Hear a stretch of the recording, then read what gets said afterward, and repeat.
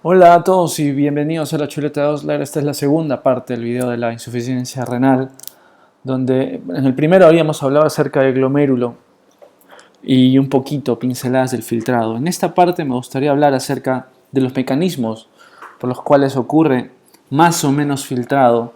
Y entonces, si yo más o menos entiendo por qué se filtra menos la sangre, entendería por qué no funciona bien el riñón. Habíamos hecho, y voy a repetir el dibujo porque creo que es importante tener bien en claro el mecanismo funcional del glomérulo. Voy aquí a dibujar mi ovillo. En la página del blog ustedes pueden encontrar también el link, el enlace a la primera parte del tema, ¿no? Que es la primera parte del tema de la insuficiencia renal, donde habíamos hablado acerca de cómo ocurría el filtrado glomerular y todas las partes del glomérulo, y cómo decir glomérulo no es lo mismo que decir nefrona. La nefrona es la unidad funcional del riñón e incluye el glomérulo, incluye las arteriolas y los túbulos. Vale, entonces habíamos dicho en un principio que la sangre venía desde afuera, desde el sistema. Este es el sistema, ya pues es sangre sucia, por decirlo así. La sangre viene desde el sistema y a través de esta arteriola aferente, porque viene de afuera, pues la sangre entra a este ovillo glomerular, y en ese ovillo, contenido en una cápsula, ocurría la magia, ¿no? Esta es la cápsula de Bowman, con sus células capsulares, parietales, etcétera, viscerales. Esta es la cápsula de Bowman, un espacio de Bowman donde se recibe el filtrado. Y bueno, habíamos dicho que estaba pues el mesangio, que el mesangio estaba aquí y que el mesangio lo que daba era una especie de sostén y alimentación de células endoteliales a los capilares glomerulares.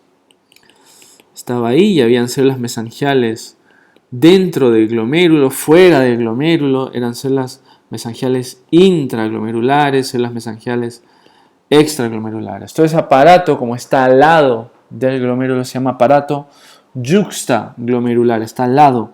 Entonces luego se filtraba todo y se iban al sistema de túbulos. Aquí está el túbulo, el primer túbulo, que es el contorneado proximal, y a través del sistema de túbulos iba al contorneado proximal, al ascendente, al distal.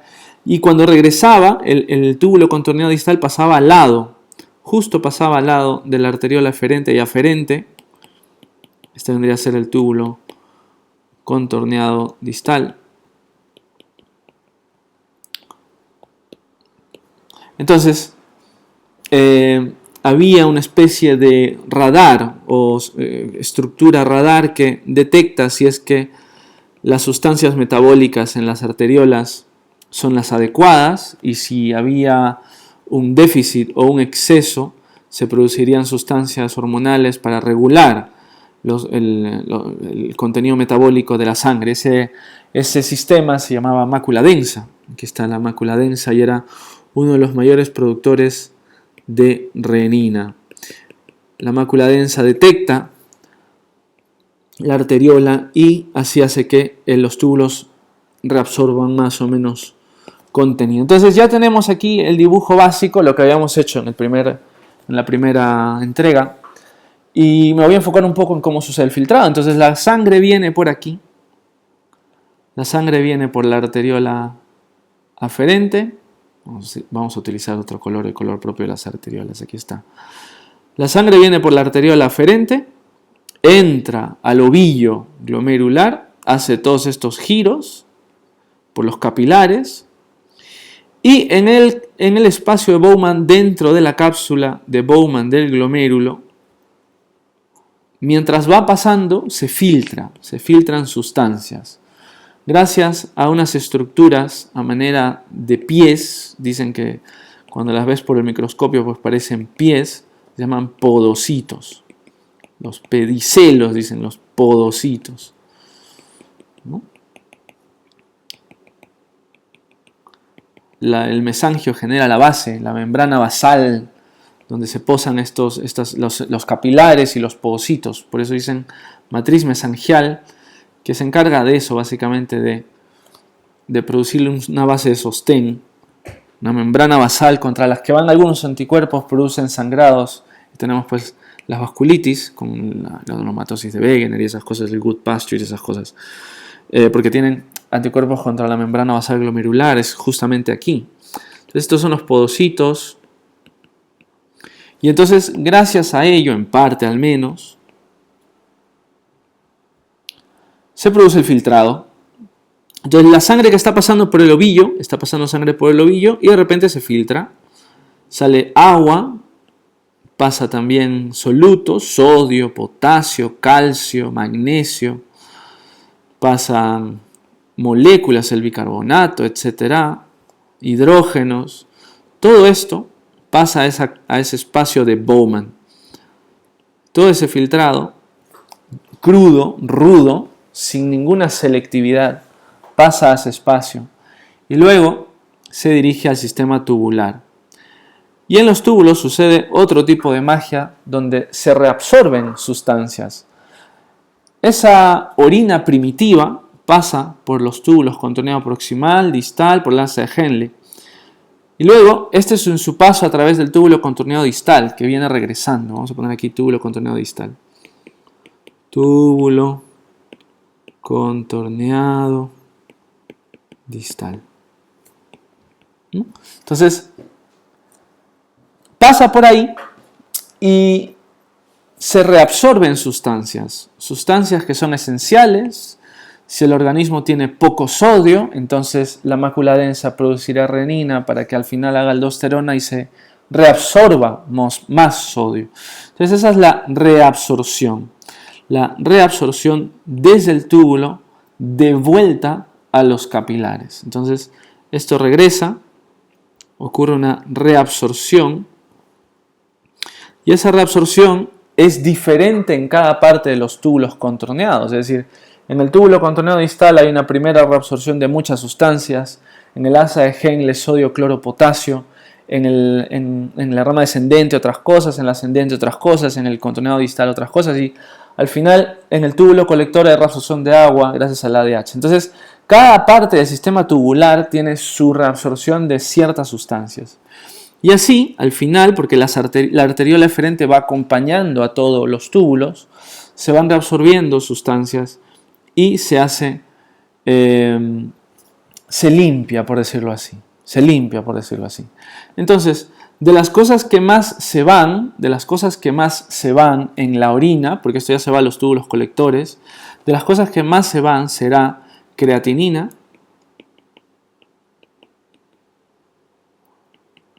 y urea. Entonces, eso se va en la orina. Y aquí, en la sangre, que se ha filtrado, donde se ha reabsorbido todo, habrá muy poquita creatinina y urea, ¿no? Entonces, yo para ver si el glomérulo funciona bien, yo para ver si todo este sistema glomerular y el sistema tubular funcionan bien, mido la creatinina y la urea. La mido en sangre, pero también la mido en orina. Y no sirve si la mido puntualmente en orina. Tengo que medir todo lo que ha salido en la orina en un día entero.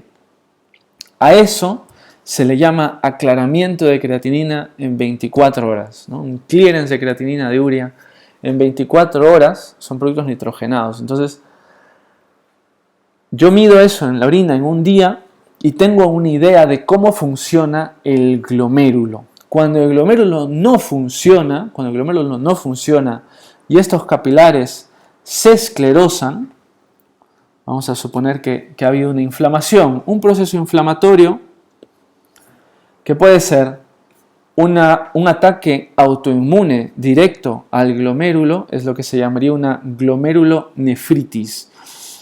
Un proceso inflamatorio que ha afectado a los capilares glomerulares o que ha afectado al mesangio o que ha afectado a los podocitos, etc. Un proceso inflamatorio destruye, cicatriza, esclerosa, se produce esclerosis capilar, esclerosis glomerular, una diabetes que de por sí es muy inflamatoria, procesos inflamatorios, disregulación del sistema inmune, por lo que sea, ya sea por solo interleuquinas y linfocitos o mediado por anticuerpos específicos, un proceso inflamatorio que daña el glomérulo hace que no haya filtrado. El filtrado disminuye el filtrado glomerular,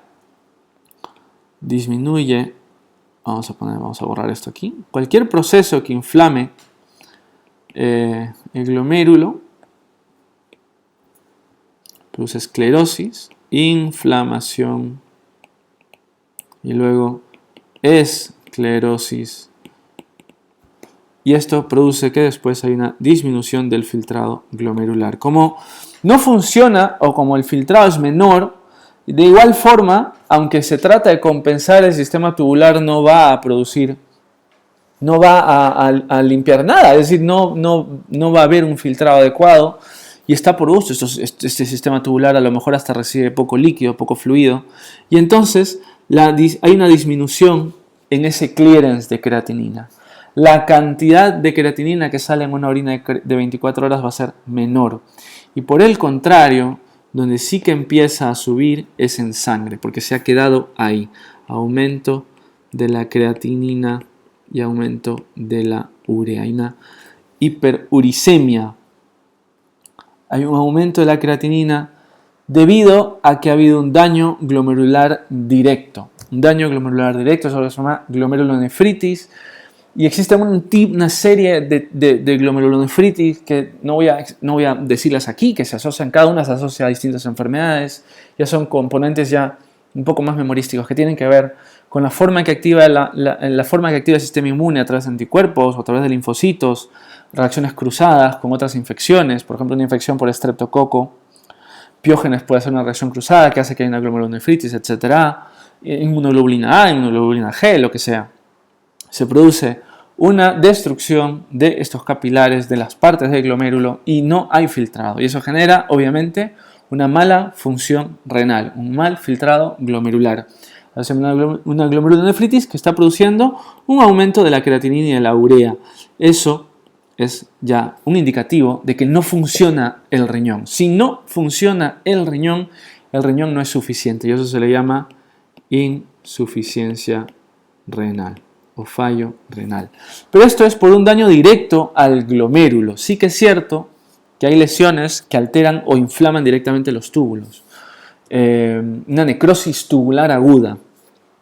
Y sí que es cierto que el hecho de que no le llegue sangre al glomérulo también produce insuficiencia renal. Y eso es lo que vamos a ver en el siguiente video de cómo es que una hipovolemia, por ejemplo, una disminución de la presión arterial, una hipotensión arterial, genera hipoperfusión renal y eso también genera insuficiencia renal. Como el problema viene antes del riñón, se llama insuficiencia renal prerrenal.